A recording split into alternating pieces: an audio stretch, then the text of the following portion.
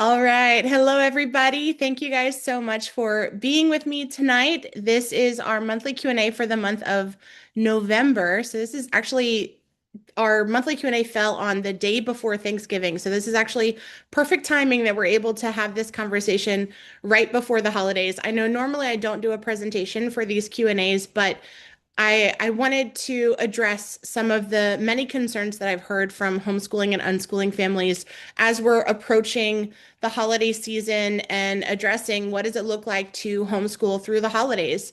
I know for a lot of us, homeschooling and being able to interact with our families during the holidays, it's a joyous time. It's a wonderful time where we can come together and celebrate. I am actually right now at my sister's house in Georgia. So my whole family is out celebrating. They're actually out around a fire pit grilling some s'mores right now, and I'm in here hanging out with you guys. But I know for a lot of people, the holidays can be a very joyous time where it's peaceful and we're excited about it. But that's not the case for everyone, and I understand that as well. A lot of times for homeschoolers, the holidays can also be a source of stress or anxiety where we're facing a lot of different challenges. And that's just a reality. For a lot of people, homeschooling through the holidays can be very, very challenging. Maybe you're preparing your child to have to interact with family members that or friends that maybe cause stress and anxiety for your child. So you're not only dealing with your own kind of stress and anxiety about it, but you're also having to walk your child through processing their own emotions around this holiday. Maybe you're nervous about having to interact with different family members that might pop up and try to, quiz your kids on different math facts, which is such a weird thing to do, but it happens a lot more than I think people realize, where your kids get like the pop quiz as soon as they walk in the door, or you're facing kind of questions from family members that could feel almost like a personal attack, where they don't agree with the parenting choices that you're making or the homeschooling choices that you're making, and maybe you have family members that aren't quiet about their disapproval or the fact that they don't agree or don't understand with the way you're choosing to educate your children. It can also be challenging. Sorry, it can also be challenging, again, for us as parents, not only navigating our own kids or dealing with other adults, but also seeing our children and how they're interacting with other kids during the holidays. I know this is something that a lot of kids face, homeschooling kids definitely face challenges with as well, where they're kind of put in this situation where sometimes they may be forced to like compare themselves with kids that maybe are going to school, or they're hearing about all the things that are happening in school and wondering if they're missing out, or the kids that are schooled know how to do things that maybe they don't know how to do, or they're feeling, anxious or anxiety about just the dynamics of interacting with kids that a lot of times have very different life experiences than they do, that they just can't relate to in a lot of ways. So there's a lot of challenges that a homeschooling family could face, and especially an unschooling family can face as we're approaching this topic of how do we handle homeschooling through the holidays and having this be the most positive experience possible for all of us. So to those of you who are coming in a little bit late, thank you guys for hopping on the call. I'm so grateful that on the day before a holiday that you guys chose to be here with me. I said before, but I'll just repeat again because I know there are a lot of people who just kind of came in. I have a brief presentation that I planned for you guys that I wanted to share with you, and then after that, we'll get a chance. I'll answer any questions that you might have.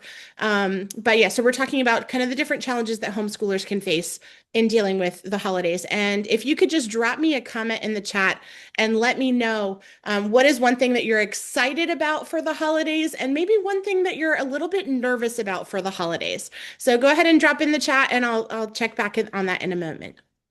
All right.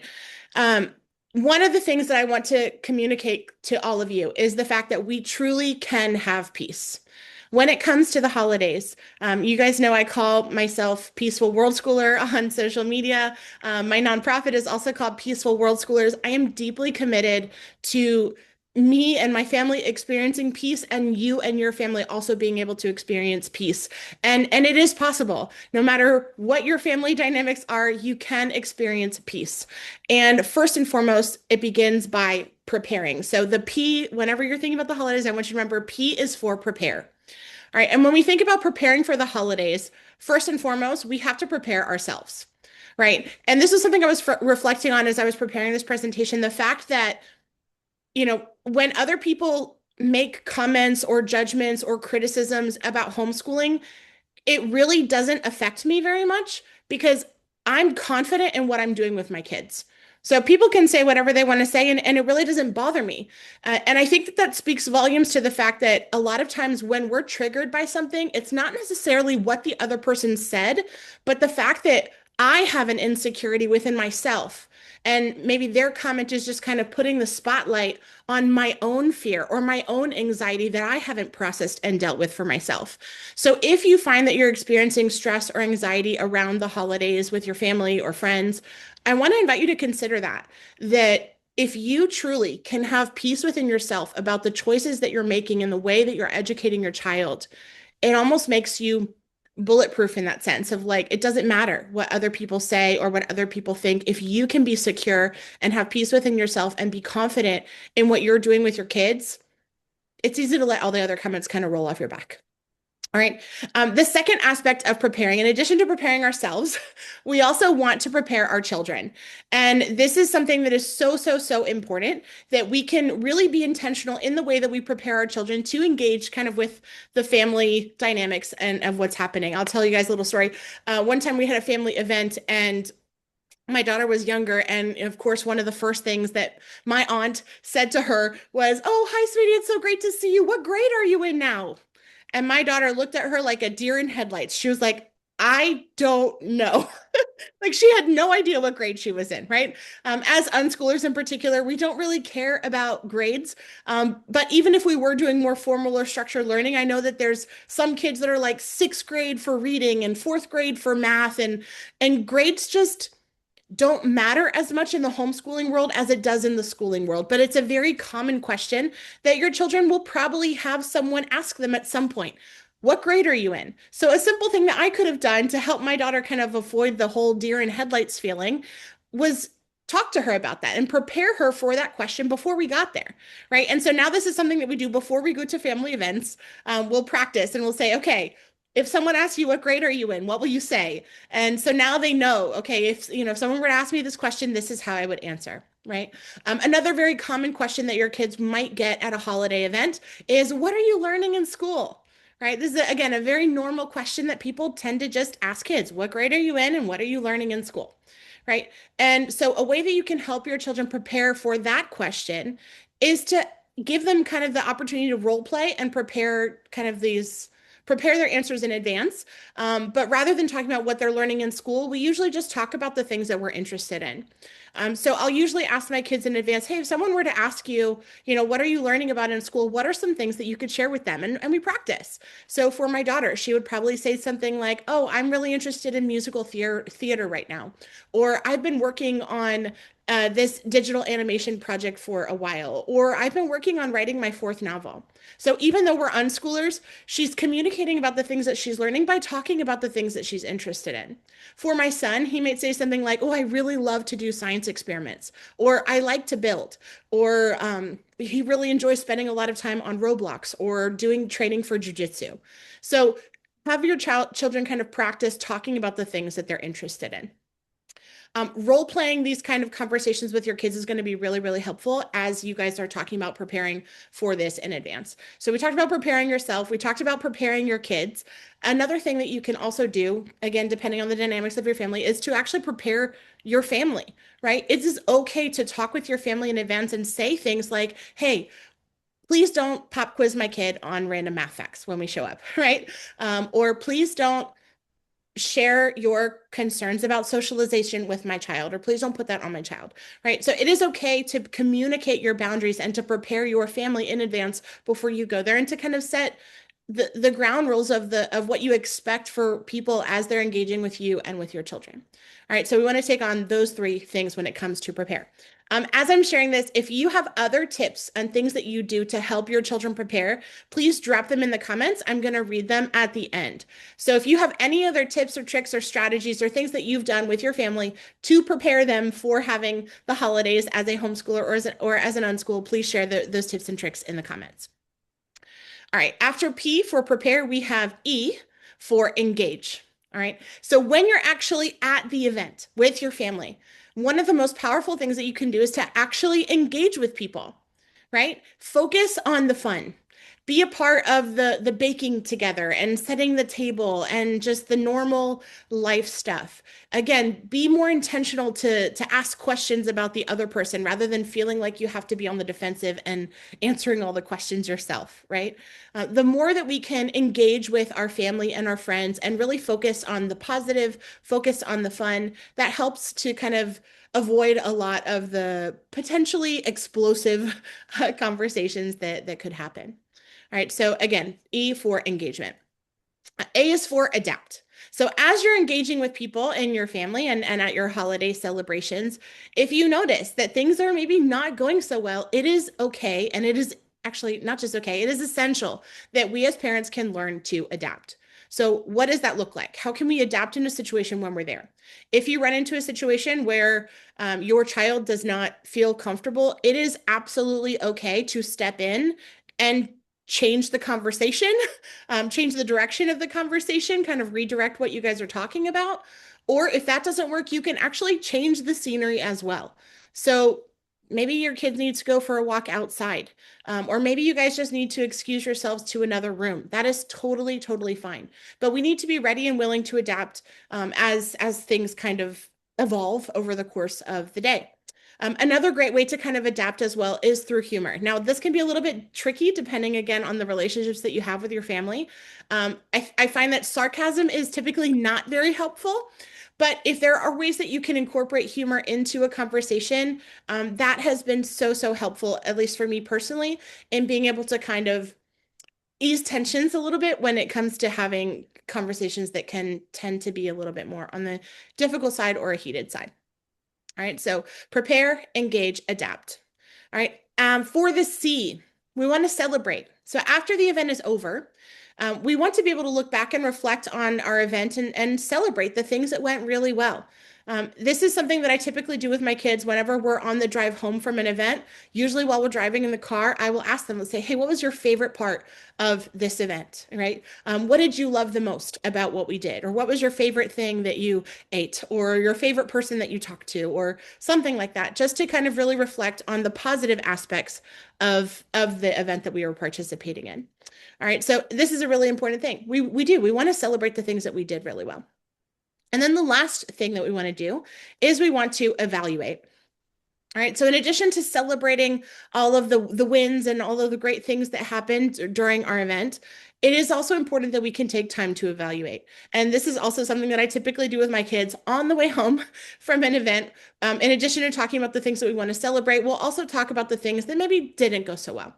So we'll talk about what are things that we wish that we would have done differently, or if we had any kind of negative experiences or encounters.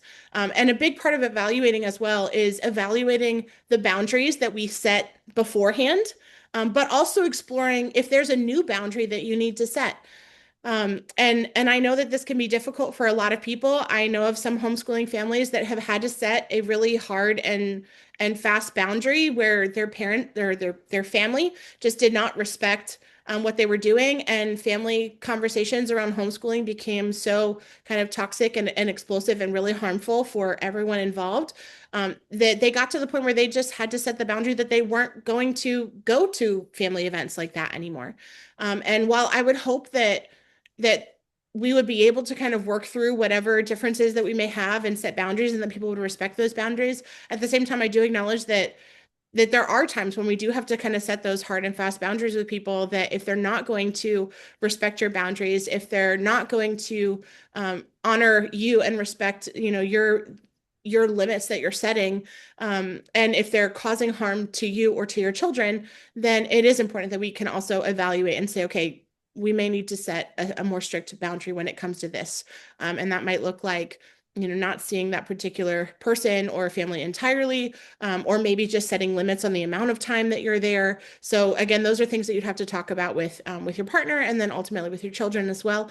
But evaluating kind of evaluating our boundaries and evaluating the things that we want to do differently in the future is something that is really, really important as well. All right. So I hope that as you're thinking about the holiday that's coming up tomorrow, that you can remember each of these steps, that you can have peace. We can prepare, P for prepare, E for engage, A for adapt and make changes, C for celebrate, and E for evaluate afterwards. All right. I wanted to share with you guys a couple of useful phrases that have been helpful for me over the years. One of those is I just say homeschooling has been a great fit for our family, right? I don't, ultimately, I don't owe anyone any explanations about what we're doing. If someone is upset about the fact that I'm homeschooling or unschooling, that's a pretty simple way to just kind of shut it down. This has been a great fit for our family. Thanks for asking. And then moving on. Another one, if you have a family member who's really worried about, is this legal? Can you actually do this? Telling them, yes, I'm aware of my state's laws and we are following all of our state's requirements. This is letting them know that you are aware of the legal aspects of what you're doing and that you're fully complying with the law, and that is okay, period. Number three, my kids are thriving. It's amazing how naturally they learn. This is something that I share a lot, especially when people ask me questions about unschooling, being able to tell them it is true. Like your children learn in a way that is totally natural. And a lot of times by communicating that and reminding people, it really is amazing how children learn in a way that is natural and it doesn't have to look like school. So a lot of times using that and saying that to people is helpful. Number four, how do you socialize as an adult without school? If you haven't guessed, this is typically the way that I respond when my family or friends, or anyone actually, if anyone asks me, how are your kids going to socialize if they don't go to school? This is how I respond. I usually will ask them right back, well, how do you socialize as an adult who doesn't go to school?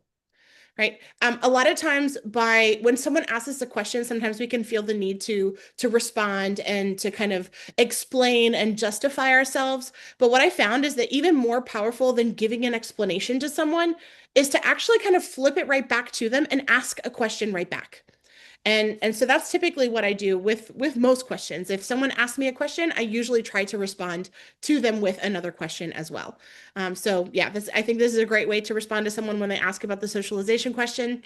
How do you socialize as an adult that doesn't go to school? Next one, every family chooses what works best for them, and this is what works for us, right? This is something that I found sometimes family members can feel almost like if you're choosing homeschooling, a lot of times when someone chooses to do something different than what someone else is doing, a lot of times people can perceive that almost as like a judgment of what they're doing. I don't know if you've ever experienced that, where you're choosing to do something different and maybe your family kind of interprets that you think you're better than them or that you're judging them for sending their kids to public school or something like that. And it can definitely be easy to kind of come across that way to other people. And so this statement I think is really powerful because it reminds our family that I'm not homeschooling because I think I'm better than you. I'm not homeschooling because I think you're a terrible mom, right? We're homeschooling because this is what works best for our family. And if something else works better for your family, that is okay too. All right, so this is a great way to kind of diffuse that very common sentiment that if I'm homeschooling, people think that that means that you're judging them for not homeschooling. All right. Carlito, Another useful phrase is thank you so much for your Carlito, concern. call Yeah, daddy. hold on one second.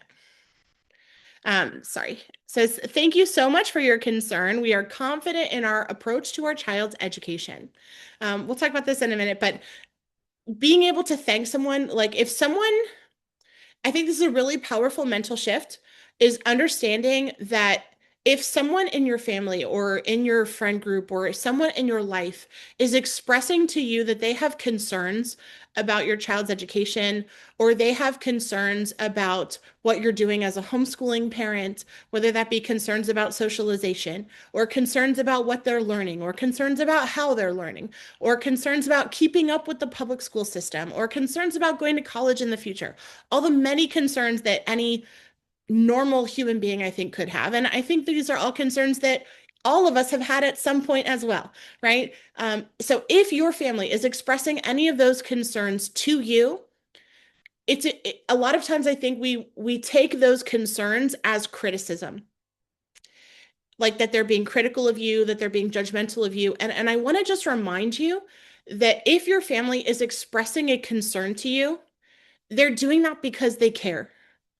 All right. And this is a really important thing to remember. And sometimes it may not come out very caring in the way that they express their concerns, But if they are expressing concern to you, regardless of the way that they're expressing it, if they're expressing concerns, it is because they care. If they did not care about you, they would not say anything, right? There are lots of people out there in the world that I see do crazy things and I don't say anything, right? I'm like, that's, that's their business. Um, but if someone who's in my life feels close enough to me to be able to come to me and share with me that they have a concern about something that I'm doing in regards to my child, the first thing that I want to do is rather than me kind of getting defensive and kind of jumping up and try to, attack right back or to feel like I'm being attacked or like they're judging me or criticizing me or whatever, if my first response is gratitude, that's going to totally shift the whole dynamic of the conversation with them. Right. So rather than approaching them and getting defensive and things like that, if I can respond to their concerns by saying thank you, that is a powerful way to disarm any kind of tension that they may be feeling and acknowledging the fact that I appreciate that you are sharing your concerns with me about my child, about our homeschooling, about unschooling. Thank you so much for sharing your concern with me. And even being able to say to them, you know what? I had that exact same concern too. I was really worried about socialization too. I was really worried about that. But then also being able to say, I appreciate your concern and I'm confident in what we're doing now, that what we're doing now is best for my child. I appreciate your concern and what we're doing right now is best for my child. Right? And last but not least, let's talk about something else. All right. So if you find that things are getting tense, it is absolutely okay to be direct and to ask to change the subject to something else. You do not have to talk about homeschooling or unschooling with anyone. You are under no obligation to explain your life or your choices to anyone in your family or in your friend group, and that is okay. And if you don't feel comfortable engaging or continuing to engage in a conversation with someone about homeschooling or unschooling, it is absolutely okay to say, thank you very much. I would like to talk about something else right now. And then, of course, emphasizing, I really do want to enjoy the holidays with you because that kind of puts it back on that whole idea that I don't want to talk about this because I value you. I value our relationship. I want this day to be a positive experience for anyone. And so it'd be great if we could stop talking about this. If you find that you're getting triggered or they're getting triggered, it is okay to tell them that you just don't want to continue the conversation anymore. All right. And then last but not least, I just want you guys to remember, number one, I can have peace within myself. This is huge. If you can go into the holidays tomorrow and have 100% peace about what you are doing as a homeschooling or unschooling parent, that is going to make all the difference in the world in how you're relating to the other people that may be having questions for you about what you're doing.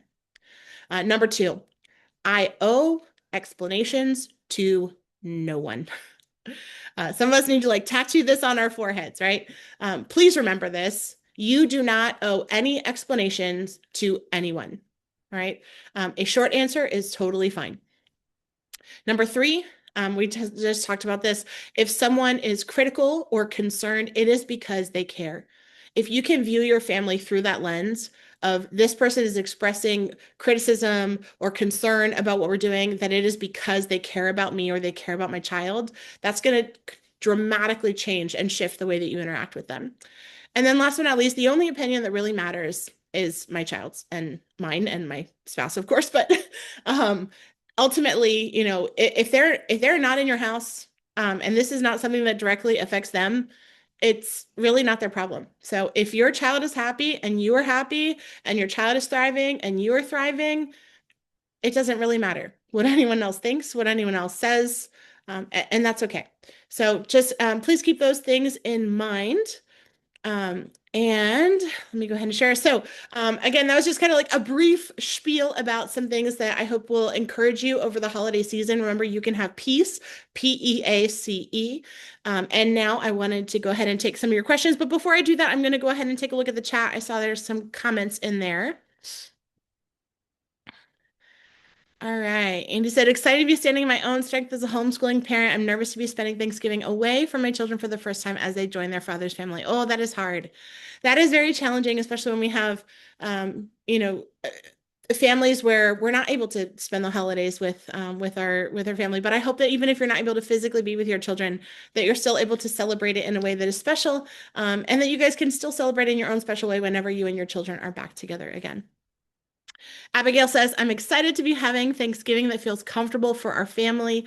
Nervous about foregoing Thanksgiving with extended family this year. Oh, Abigail, I'm excited for you too. I'm excited for you too.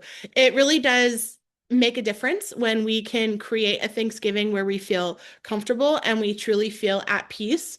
And I know that that can be hard for, you said forgoing Thanksgiving with extended family this year. That can be challenging as well. I'm sure there's probably a lot of emotions around that too. But I hope that your Thanksgiving holiday is so, so, so wonderful and that it's everything that you guys want it to be. And you guys can create some really special traditions together as a family unit, even if the extended family is not able to be there. Bridget said, can someone break down peace again? Yes, let me go back.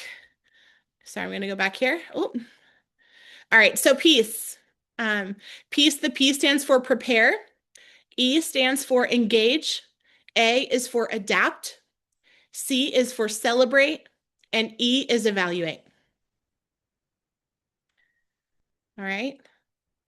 Oh, I just saw Andy had a screenshot there. Thank you, Andy, for sharing that. Patricia said, yes, I never stop receiving the you think you're so perfect just for existing. It tends to pop up from time to time. Yeah, it's really a fascinating thing. We're like over here living our lives, and sometimes our family members do perceive that as us making judgments about them. I know that was something I encountered with my mom actually, in particular, when I made the choice to not spank my kids. My mom was very like personally offended that I wasn't going to hit my kids as a form of discipline. And for my mom, that was really difficult because she felt like because I'm choosing to parent my children different than the way that she parented me, then she thought that that meant that I was judging her as a mom or as a parent, and that wasn't the case at all. I believe that my mom was doing the best that she could with the information that she had at the time. And I'm also grateful for the fact that I'm doing something different with my kids and that I'm not interacting with my children through a fear-based or control-based system. That we're able to interact with one another through like respect and kindness and gentleness and love. But yeah. All right, so I'm going to go ahead and stop sharing my screen now and wanted to open it up to you guys. We have like 30 minutes left, so I would love to hear if you guys have any questions that you would like to talk about today. And it could be about this topic of homeschooling through the holidays, or if you have any other topic that you have questions about, feel free to go ahead and ask away. I'm happy to answer whatever questions that you have. And we're a small group tonight, so you can just unmute yourself and ask, or if you feel more comfortable, you can drop your questions in the chat and I will answer them there as well.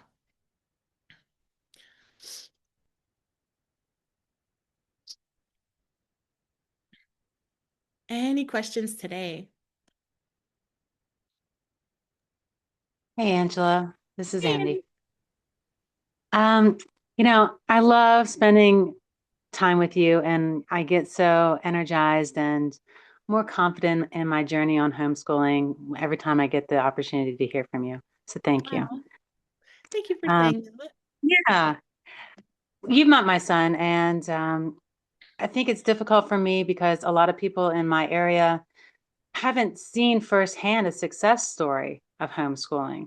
Yeah, So their care comes, like you said, they are concerned and in their mind it's just not a successful model. So why would I even attempt it? right. So um, I get bombarded with a wall that I can't even approach. So Mm, I end up kind of like backing away instead of being an example of something that they can look at as an alternative success story. mhm.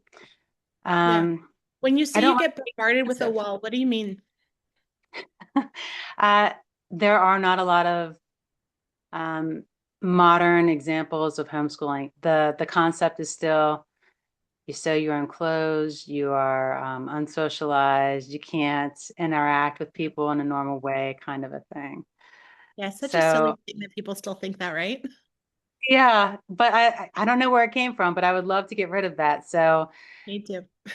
is there another thing that I can do that comes to your mind to just like be a stronger example? I don't know. Yeah, I think it really depends on who you're talking to, right? And understanding the intention of the person who's speaking to you. So I know that there are some people that ask questions and express concern because they are genuinely concerned. And if you were to share with them a little bit more about what you're doing, they would be open and receptive to hearing what you have to say. I also know that there are people out there that have concerns and criticisms and all those kinds of things, but they're not open. They're not open to hearing another person's point of view. They're not open to hearing about the research. They're not open to hearing about statistics. They're just not open. And so I think knowing who you're talking to is really important. So if I'm speaking to someone who I know is like 100% closed on a topic, then I'll usually just say something like, "Thank you so much for sharing that concern with me," and move on. Like I'll try to shift the conversation to something else. Um, what I find though that has worked for me personally is anytime that I'm facing any of those like questions or concerns or criticisms of homeschooling and unschooling in particular, I really do try to respond with a question. Because if I just try to explain what I'm doing, I could quote scientific studies behind what we're doing. I could show them news articles that talk about the success of homeschooling. Like I could show them eyewitness testimonies of grown unschoolers who've gone on to get master's degrees. Like I could show them a million examples. But ultimately, I think their people's concerns about homeschooling has less to do with their like a real genuine concern. And it really is just a lack of actual information on the topic. Because I truly believe in my heart that if people think through logically about education, it in my mind, like it just makes like unschooling is just what makes sense, right? And by asking people questions, I feel like I can help kind of get them there, right? So, for example, if someone were to come to me with a conversation about like, how is your kid going to socialize if they don't go to school? Again, my first question back to them would be, how do you socialize? You're an adult. You don't go to school. How do you interact with humans? Putting it back on them, having them answer that question. And then the second question that I usually ask them is, I hear you that you're really concerned about socialization. I try to find common ground with them. So I'll usually say something like, I hear you're really concerned about socialization. I also was really worried about socialization too when I first started this journey. But then I started thinking, is school the best environment for a child to learn how to socialize? And I asked them that question. Knowing what you know about bullying, about suicide, about mental health problems in the school system, about violence that's happening in schools, about the school pew-pews, right? Like knowing what we know about all of that, like all of that kind of socialization that is happening in the school system about cliques and gossip and access to all kinds of things that are not healthy or good for our kids. And I asked them, do you really believe that that is the ideal environment for a child to learn how to socialize? I I have yet to meet a person that could answer that question honestly and say yes, right? I love that. That's an instant, you know, solution, right? It shuts Yeah, the conversation down and it really puts a clear light on the situation. it does. It does. And it's like anyone in their right mind is going to be like, obviously, that's a terrible idea, right? Or I'll ask them another question. We think that schooling is like this ideal place to socialize, but gosh, where else in life are you like trapped in a room for 8 hours a day with all these people that live in your neighborhood that are the same age as you, learning stuff that you're not going to use in your real life? Like, where else in the real world are we doing that? Well, nowhere. Obviously, nowhere. No one is doing that in their real life. So it's like, okay, well, if that's not what real life looks like, then why would we assume that that's the best way to teach a kid how to socialize and prepare for real life if real life isn't like that at all? In real life, I go to work and I interact with people of all different ages and different neighborhoods and different backgrounds and different socioeconomic statuses and different beliefs and different skin colors and different, all the things, right? Like that's real life is interacting with people of different ages and different backgrounds and all kinds of different stuff. And we're not all tied in one room together for 8 hours a day, right? Like, it just it, it just doesn't make sense. And so I think when we can ask those questions back to people, it kind of puts it back on them. And logical person who's thinking will very easily be able to say, no, you know what? School really is not the best place to socialize. It's really not reflective of the real world. Gosh, that really like that makes sense, you know? I love that. Thank you so much. You're welcome. You're welcome. All right. Anyone else have any other questions I have about this another topic? question. Hey, Bridget. Hi. I think we spoke before on WhatsApp, particularly with the neurodivergent group, because my Mhm. daughter has needs. So the only thing that I struggle with is, wanting to homeschool a child that has needs, but then also knowing that there are some challenges, but how to, in a way, kind of overcome them. Because when I tell someone that, or, and, in passing, either someone in the, medical field, or just someone who is just out with their child, they're like, well, how are you going to do that? She's going to need this, she's going to do that. And I'm like, well, thus far, I've provided her and doing the best that I can. I'm a Yeah. very active parent, which means I take her to, you know, different things that's catered to kids, but nothing to Mhm. where it's too much for her. It can be Yeah. overwhelming, but at the same time, I have to do those things so I know what is too much for her, or what I can't do and cannot do. And Yeah. things, finding things of what she enjoys and what she likes. And I feel like that's also part of learning who she is and allowing her to express herself and be herself. I just recently we had did of the that family, the field trip to Kennedy Center, and that was really nice. It was other the I think it's the county, the Montgomery County, or within this area, they had one. So we did Uh-huh. that. And that was really nice. And then the Kennedy Center had a little area upstairs for JFK. So I said, well, let's go upstairs with her.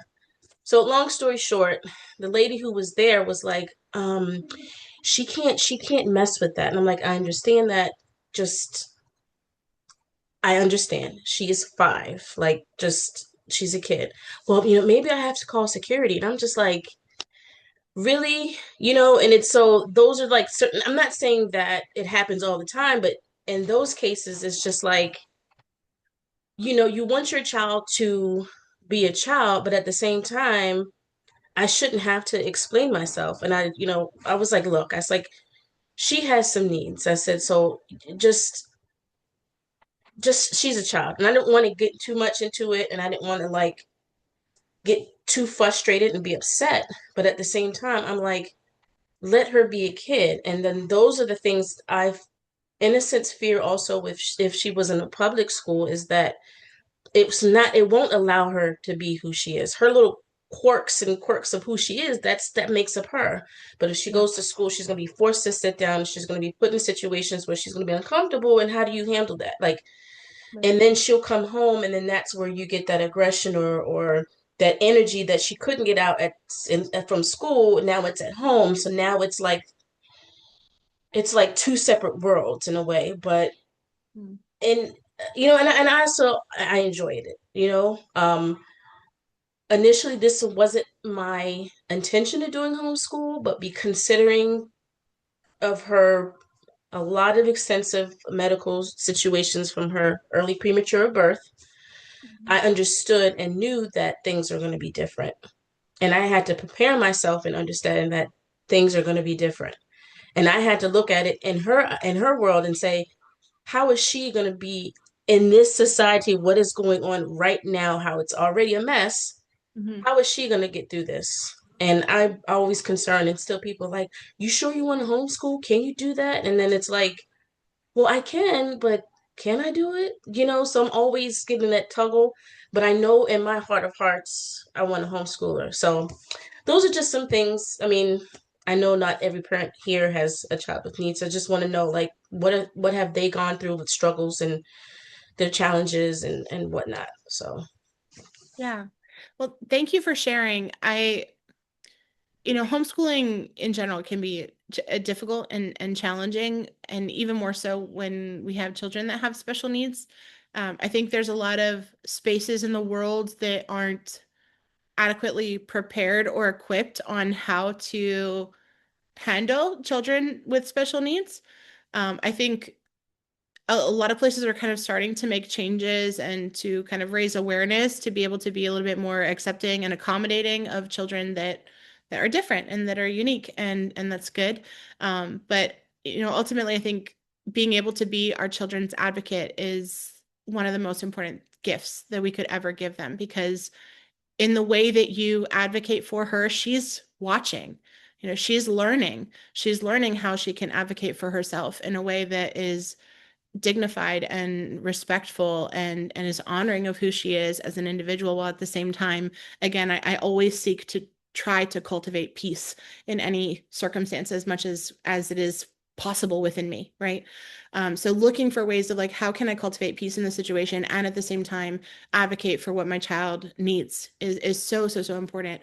When it comes to like authorities and things like that are questioning you, I've had several parents that have told me that same thing, like that they would have a psychiatrist or a doctor that was like, I don't know if you can do that.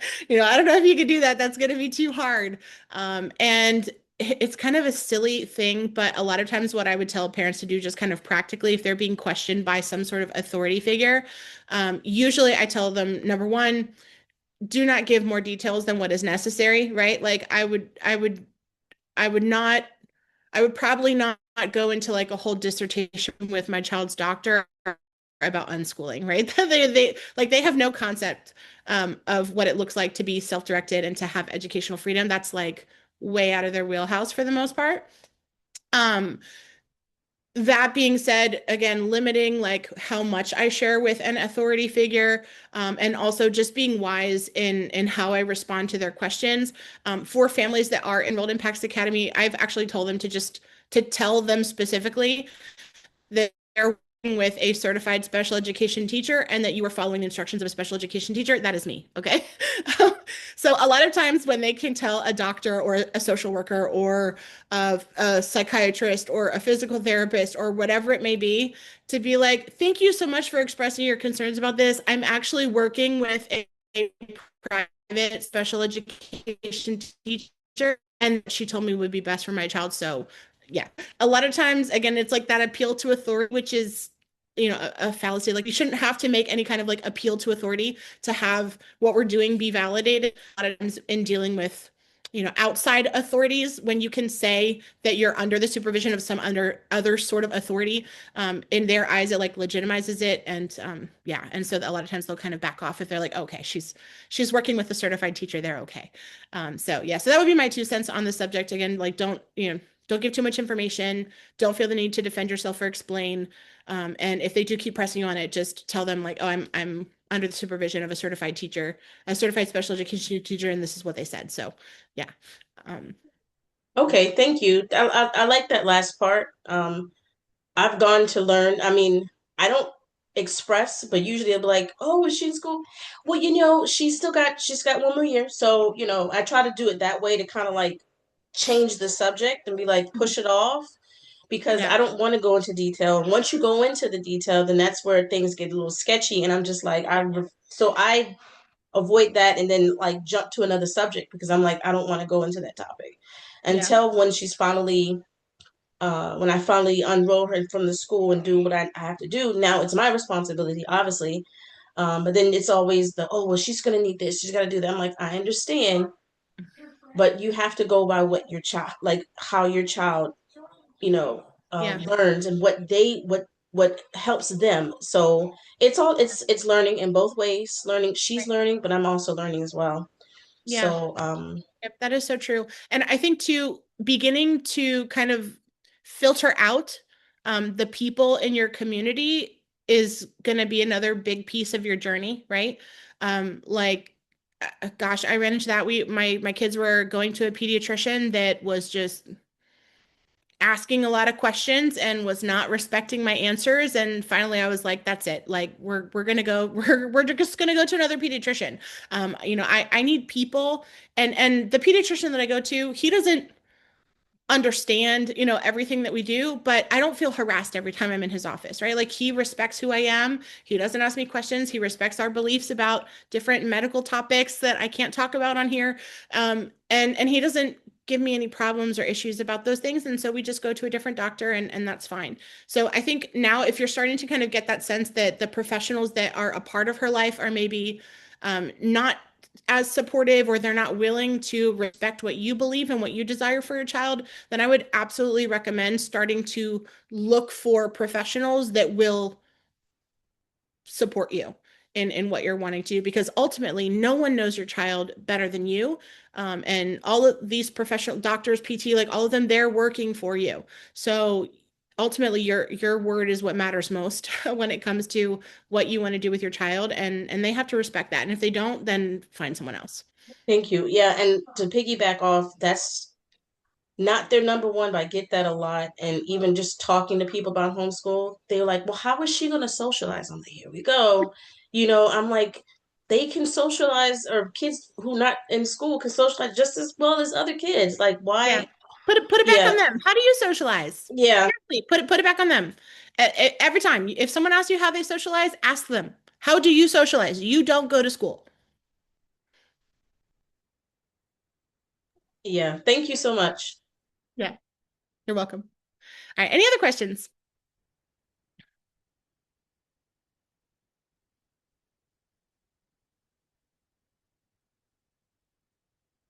Hi, this is Leah. Hi, I'm I sorry, guess what was your name? Leah.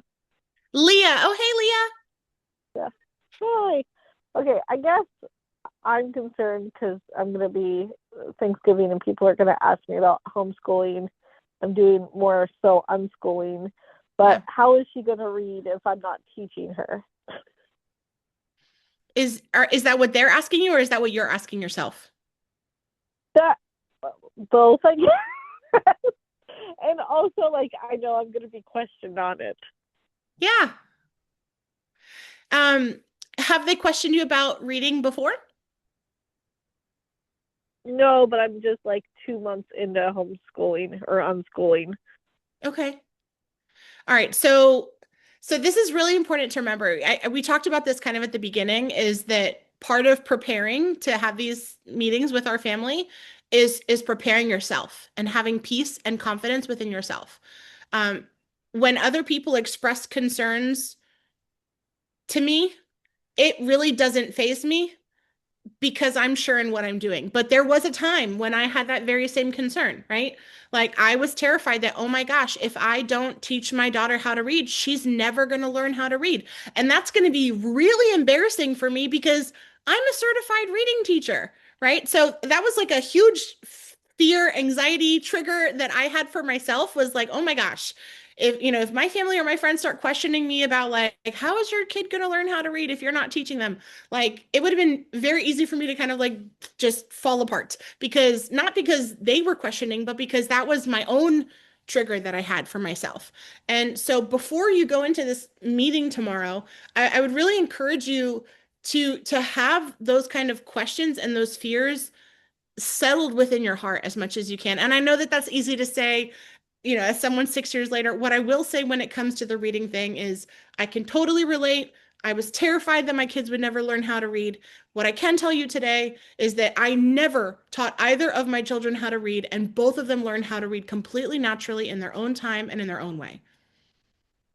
And that's what I can tell you from my personal experience. And in addition to my personal experience, there are hundreds of other unschoolers that have that exact same story, right? Like, and for every child, it's going to unfold differently. Some kids taught themselves how to read when they were 4.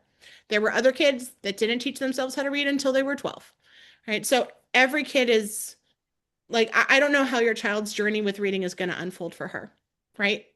Andy said her son learned how to read on his own. Andy, how old was your son when he learned how to read? 2. He was 2? He was 2. Wow. Okay, that is Yeah. very young. I don't. We read a lot. I know. He's on a different spectrum, but he does have a lot of special needs. And reading is just something he gravitated to. And we read probably, it's nothing for us to read 5 or 6 books a day. Hmm. and just loves it. So Yeah, that's it. I didn't have to do anything but read to him. And through that process, he learned how to read himself. And it's he's really good amazing. with pronunciation. Yeah, it's amazing. That's the same with my daughter. She loves to read. I don't care where we are. She loves to go to the library. So I can second that. She hasn't like fully grasped and start reading on her own, but we read a lot of books, and I think that contributes to that a It lot. does. It does. Yeah, the more that our kids are exposed to the written word, and I know that like my teacher brain, this was so hard for me to grasp, right? Like my teacher brain was like, you have to teach a kid how to read, you have to teach phonics in this order, otherwise they're not going to get it, right? That was my teacher brain before. But it is so true. If your children are exposed to the written word, they will absolutely learn how to read, like completely naturally, the same way that they learn how to talk. And I know that that may be hard to believe, like on, you're on this side of things, right?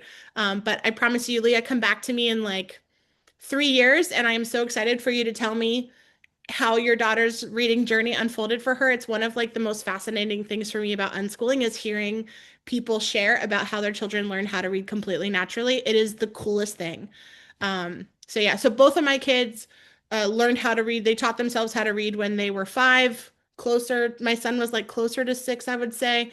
But yeah, it was something that happened naturally. So for you, I would like really just try to have that peace be settled in your heart before kind of engaging with family and friends about that topic.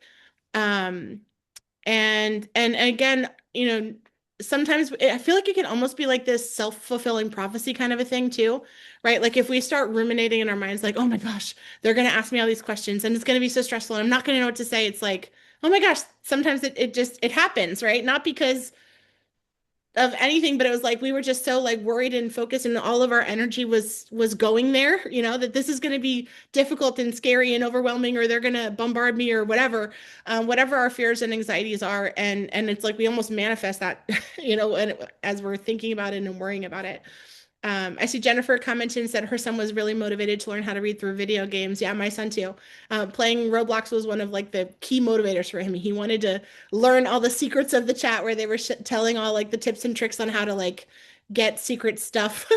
And so he wanted to learn how to read so he could play the game. But yeah, every kid's going to have their own thing that kind of triggers that impulse and that curiosity for them to want to engage with the written word and to be able to understand whatever it is that they're reading or writing about. Yeah.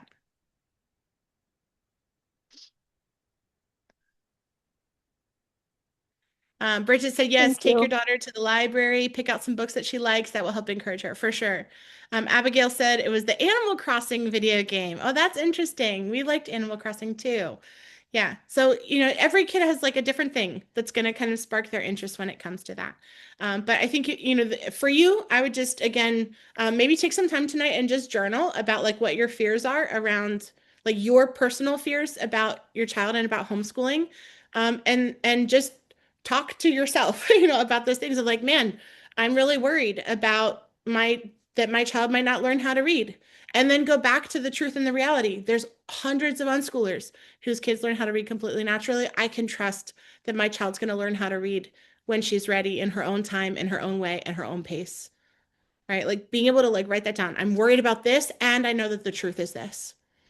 And just do that with whatever your fears are, your concerns. Take some time, write them down, and then address those fears and those concerns with what you know to be true. Thank you. You're welcome. You're welcome. All right. Any other questions? Maybe we have time maybe for two more, one or two more.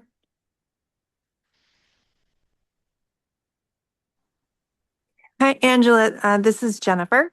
Hey, Jennifer.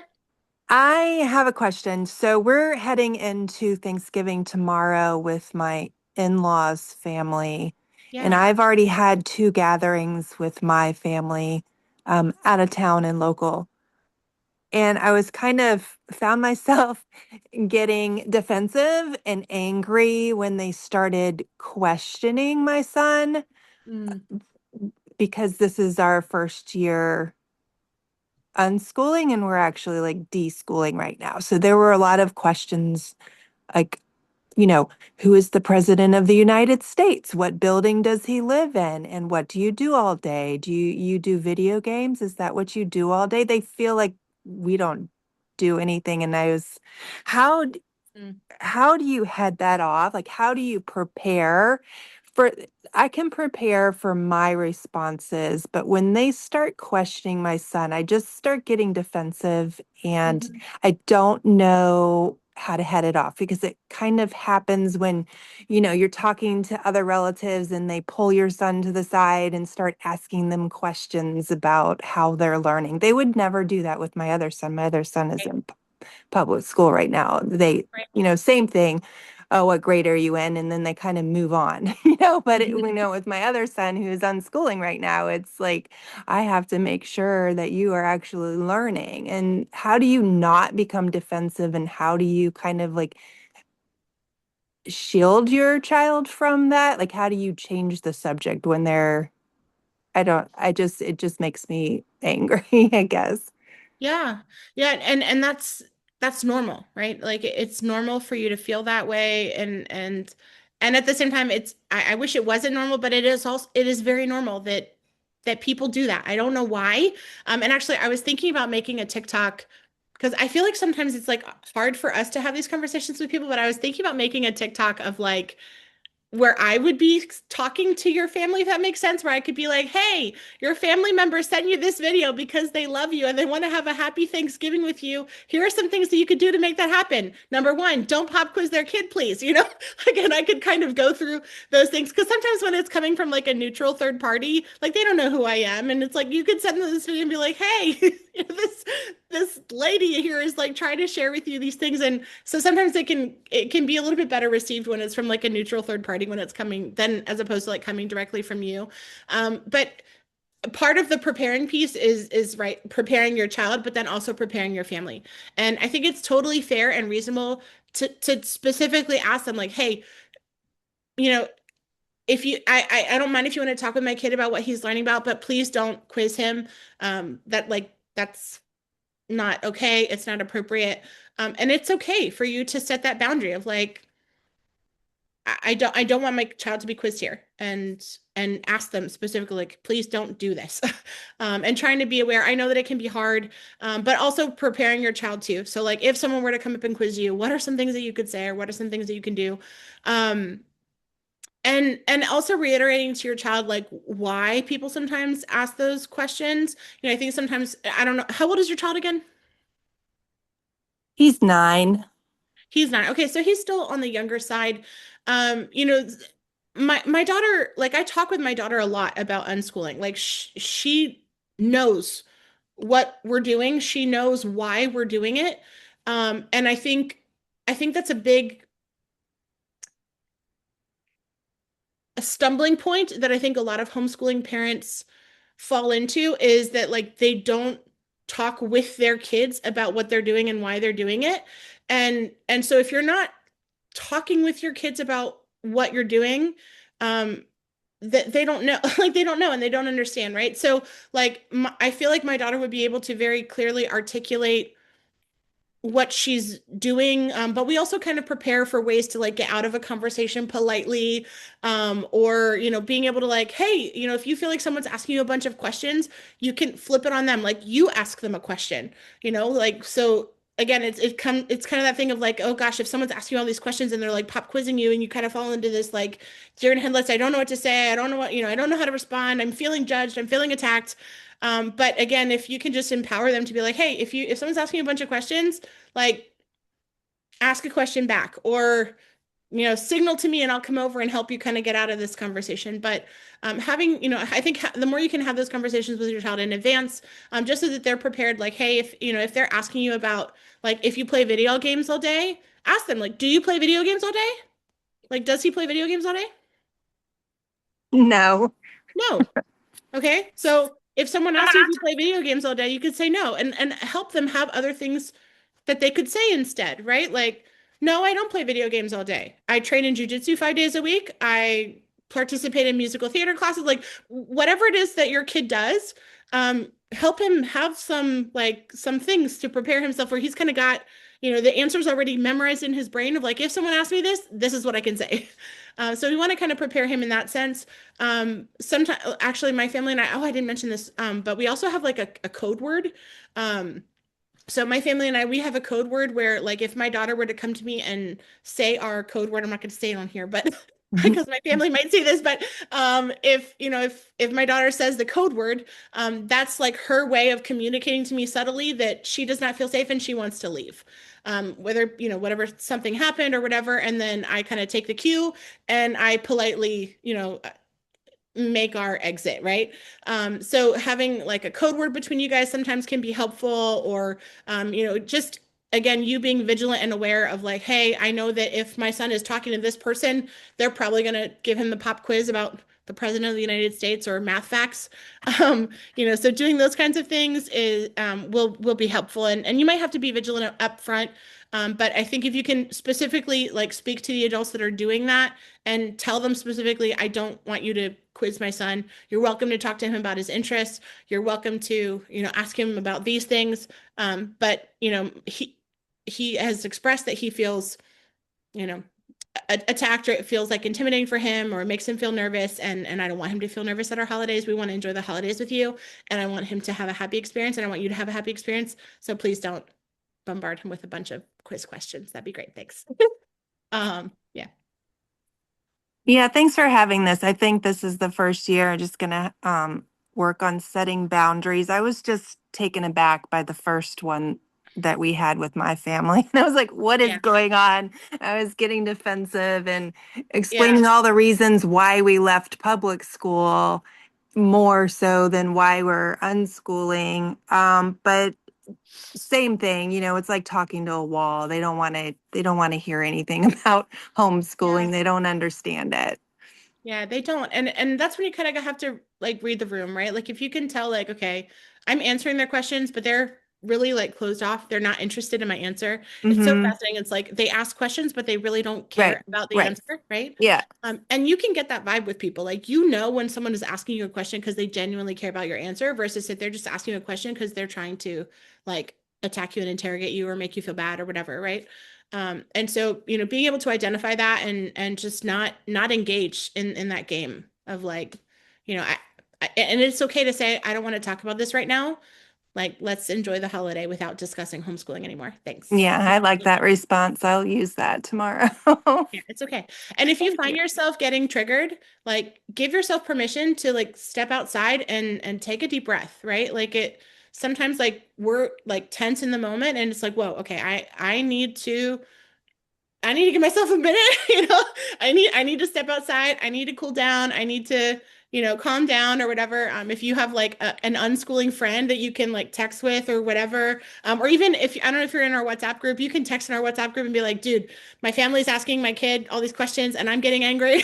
Help, Yeah. like have a community around you that you can talk to that can support you and be like, it's okay, calm down, redirect, shift the focus to them, um, get through the day. And if you really can, if you find like it's too triggering for you or for your son, then it's okay to leave. It's Yeah. okay. Cool. Thank you. Yeah, you're very welcome. Yeah, Bridget said certain generations don't understand. Yes. Yeah, there's definitely a generational gap, I think, for a lot of people. But, again, I think the more confident that we can be in what we're doing, um, and just I don't know, it's a very interesting thing of like my family. I don't know, they like really don't give me a hard time about it anymore, which I'm really thankful for, and it's been interesting to see how over the years, my family dynamics have kind of evolved and changed over the years. But yeah, like my family knows that we're unschoolers, and well, you guys know I talk about unschooling all the time. I love talking about unschooling. But I think it really comes back to that first thing of like me being prepared within my heart. I think it would be very different for me to like the me from 6 years ago that was just starting out with unschooling, that was terrified. I didn't tell anyone that we were unschooling because I was terrified, right? I had my own fears and anxieties and insecurities. So I didn't want to talk about it with people because I was like, oh my gosh, if they ask me about if my kid's ever going to learn how to read, I'm probably going to break down and cry because I'm terrified that they won't be able to do that, you know? So I think, having 6 years under my belt and being able to speak to all the things that I've learned and that my kids have accomplished over the last years has just been a testament of what we're doing. You know, like Andy said, if people haven't seen this before, it's normal for them to have questions. It's normal for them to be concerned. It's normal for them to be like, what the heck are you what do you mean your kids aren't going to school, right? Like that's the way of the world. The world isn't going to understand what we're doing in the most part, and that's okay. Um, but if we do, if we understand what we're doing and we understand why we're doing it, that's what matters most. So as you guys are preparing to go into the holiday season, just take some time and really reflect on that. Like, what is your why? Why are you homeschooling? Why are you homeschooling? And I encourage you, like, write it down. Write down why you're homeschooling. And if you have any fears or anxieties or worries or whatever, write those down as well. Because if you have fears or anxieties still in your heart about something, that's going to be your trigger point for your family. So when your family starts asking questions about those things, that's going to trigger you, not because of what they're saying, but because that's a trigger within your own soul already about this topic. So the more that you can identify your own triggers and your own areas of insecurity and fear and anxiety and to deal with your own heart first, the rest of the stuff will work itself out naturally, I promise. Uh, Andy said, our experience with Peaceful World Schoolers and PAX has been amazing. The best decision I made for our family. Thank you for saying that, Andy. And I'm so thankful to have you. If you guys don't know Andy, Andy is one of our coordinators and she's absolutely wonderful. And it's a pleasure to be on this unschooling journey with each of you guys. And for me, I love being able to connect with you all and just hear about how your journey is unfolding and how your story is unfolding. If I could give you one piece of advice before we go, please take notes. It's something I wish I would have done before, especially if you have kids that are really, really young. I wish I would have kept more detailed records about like, you know, when my kids like a really, it clicked for them, the reading process or something like that. Like I wish I would have, written more stuff down in my own process along the way, or I wish I would have journaled more. I think that would have helped me out a lot and just kind of processing my own thoughts a little bit faster. But yeah, was this evening helpful for you guys? Getting to talk about the holidays. Absolutely. Definitely super Yeah. helpful. Yes, thank you. Very, thank you. Good. I'm glad to hear that. All right. Well, if no one else has any other questions, then I'm going to wish you all the most happiest Thanksgiving ever. I hope that your holiday tomorrow is so wonderful and that you guys will be able to have a wonderful time with your family. Just remember that the whole purpose of the holidays is to connect with one another. And I think if we can approach the holidays instead of approaching it with this sense of like fear and anxiety and worry and stress, if we can really approach it with an attitude of gratitude and really being thankful for the family that God has given us, I think that will help, to help kind of set the tone for the holiday season tomorrow and go into it really with the best of intentions. Go into it imagining a success, whatever success looks like for you. So go into your evening or go into your day tomorrow, imagining success for you and your family. And I cannot wait to hear about all the awesome stories about how it all unfolds for you guys. And I'm so thankful to walk alongside you in this journey. So, all right, have a happy Thanksgiving, and I will see you guys next month. I think we're gonna have to edit our date for next month because next month the Q&A falls on Christmas Eve, which I think we're not going to be doing that. So check out my email. I'll send out an email with like the updated date. It will not be on Christmas Eve. All right, love you guys. Bye. Thank you. Bye, thank you. Happy Thanksgiving.